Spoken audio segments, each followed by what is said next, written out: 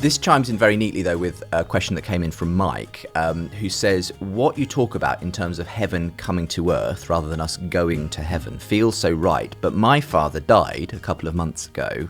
Where is he now? Yeah. Well, I would say the first question to say is this father somebody who is a believing and baptized member of the body of Christ? Because then the answer is comparatively easy.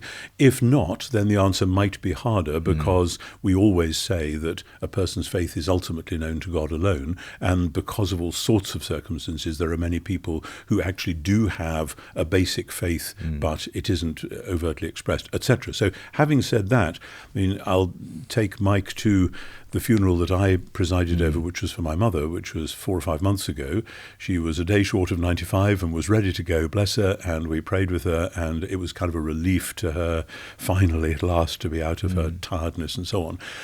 And so we celebrated the fact that one day God will make his new world and raise all his people from the dead, including Mum, and that we are happy to leave her at the moment safe with Jesus. Paul says in Philippians 1, my desire is to depart and be with the Messiah, which is far better.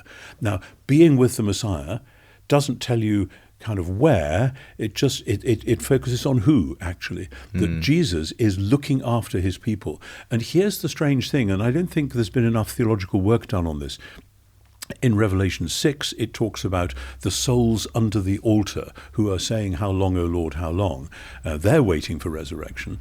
In John 14, Jesus says, I'm going to prepare a place for you, and then I'll come again and take you to myself. But the word for mansion or room or dwelling or whatever is a word that you would use in Greek, not for a place you'd go and live forever, but for somewhere you would stay and rest before continuing your journey. The Greek word is monne, and if you look it up in the dictionary, that's what it means, a wayside inn or something like that.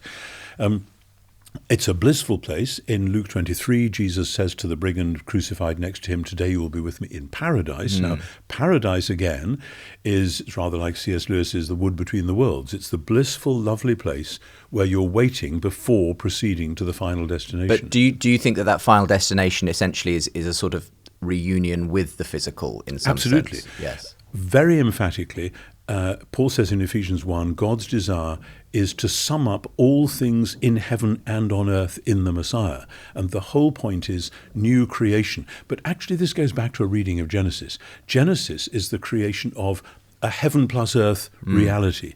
Now, in the ancient world, a heaven plus earth reality is a temple. That's what temples are. Many Old Testament scholars have said Genesis 1 is describing the creation of a temple, and guess what? It's got an image in it, as a temple should, so that you know who the God is and so that the influence of the God may be felt in the world. When you read Genesis 1 like that, all sorts of things go click, click, click. But then when you read John 20, Revelation 21, etc., you realize this is where that whole story was going. Heaven and earth together, not separated.